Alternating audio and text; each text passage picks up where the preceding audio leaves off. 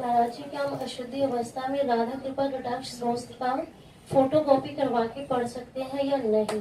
उसे याद हो गया हो तो आप चिंतन ऐसे कर सकते हैं, वगैरह ग्रंथ लेकर पढ़ना निषेध है।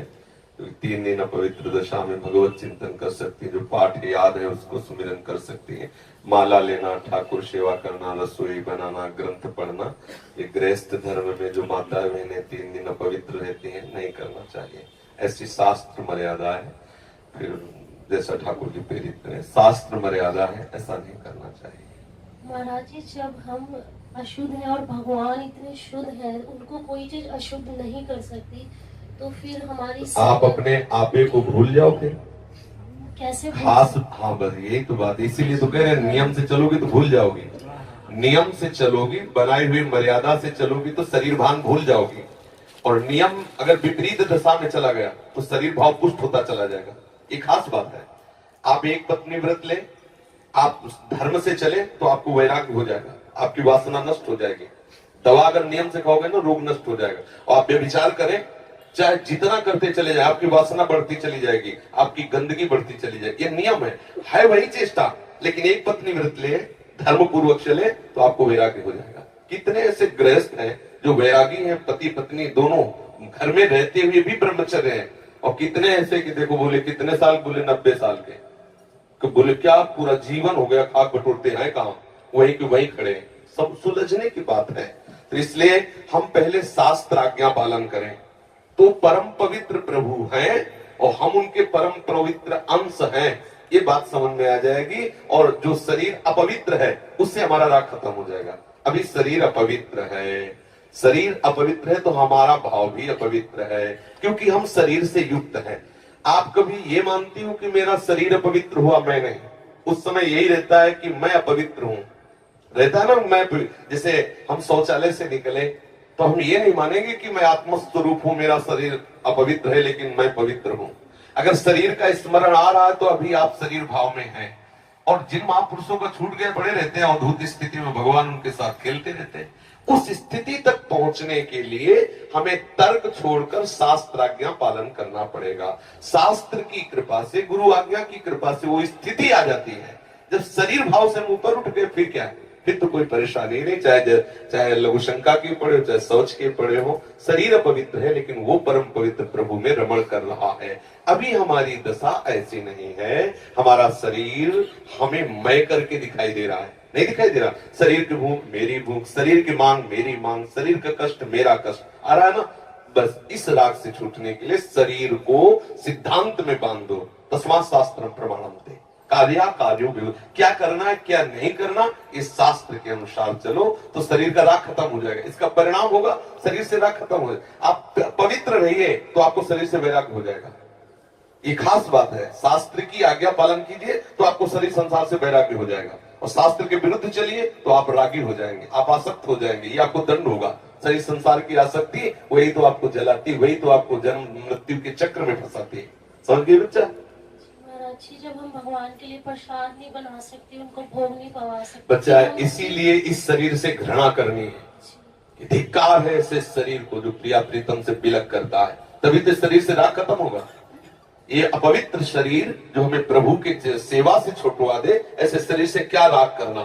धीरे धीरे शरीर के प्रति हे भाव हो जाए। जन्म मृत्यु जरा व्याधि दुख दोषानुदर्शनम, भगवान ने गीता जी में कहा। शरीर के प्रति हे भाव होने लगता है, क्या मलमूत्र का भांड है, छोड़ो इससे राग। धीरे धीरे धीरे वो अपने स्वरूप में स्थित हो जाए। अभी इतना ममत्व है शरीर में, कोई ऐसे छू ले तो एकदम ऐसा नहीं होता। तुमने हमें ऐसा कितना अपना मय पद है। अगर हम ठीक सिद्धांत से चलेंगे तो हम बहुत जल्दी लाभ प्राप्त कर लेंगे। जहां हमारी स्थिति है हम बात उसी स्थिति की करें तो हम बहुत जल्दी आगे बढ़ जाए। होता क्या, हम लोग बात करते हैं छत की, अभी बिल्कुल 100 हाथ गड्ढे में खड़े हैं। बात ये है, शरीर से हमारा संबंध बहुत घनिष्ठ हो चुका है।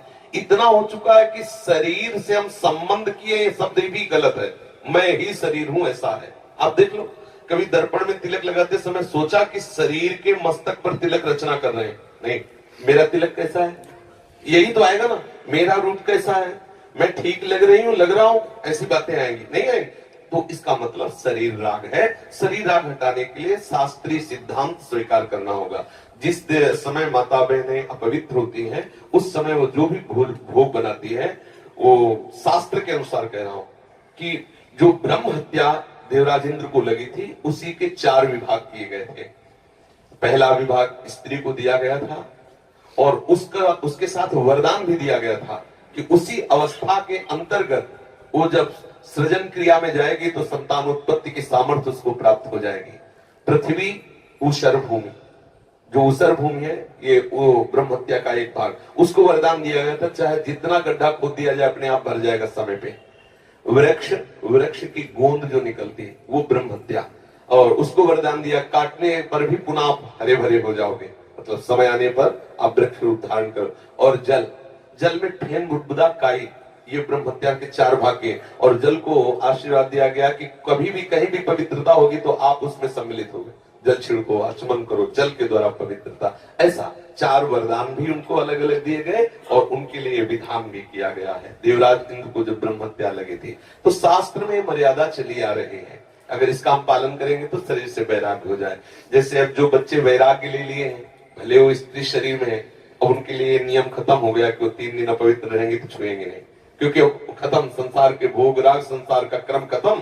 अब वो वैरागी, अब वो 8 पैर प्रभु की सेवा में लगे हैं। पर अपने गृहस्थ धर्म से है, शरीर सुख की कामना से है, शरीर का हम प्रयोग कर रहे हैं अपने इंद्रिय सुख के लिए, तो आप पवित्रता धारण करो, जिससे तुम्हारा ये राग नष्ट हो जाएगा।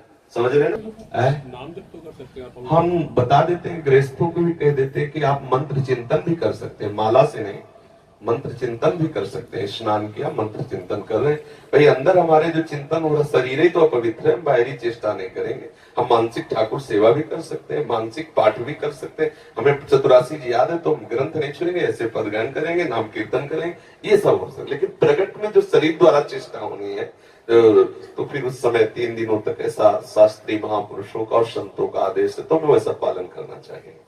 किन अवस्था में शरणागति मंत्र ले सकते और नहीं ले सकते? हाँ, शरणागत मंत्र के लिए वैसे हमने बताया है कि शौचालय में और बाथरूम में हम मंत्र ना जपे, पवित्र हो करके आचमन आदि करके फिर मंत्र जप करें। और जैसे हम अपवित्र दशा में जैसे ट्रेन आदि में यात्रा करते हैं, सोच गए उन्हीं कपड़ों से, उन्हीं पास फिर नाम जप करें, मंत्र जप न करें। मंत्र में थोड़ी पवित्रता की आवश्यकता है, नाम जप करें। जब हम पवित्र हो तब मंत्र जप करें, और अगर आप पवित्र हैं तो हर समय फिर जप सकते हैं, केवल शौचालय और लक्षण का छोड़कर। दिनचर्या में भी जैसे रसोई पकाते हुए घर के काम, बिल्कुल मंत्र जप सकते हैं, मानसिक हाँ चलते फिरते, बिल्कुल कर सकते हैं, उत्तम बात है।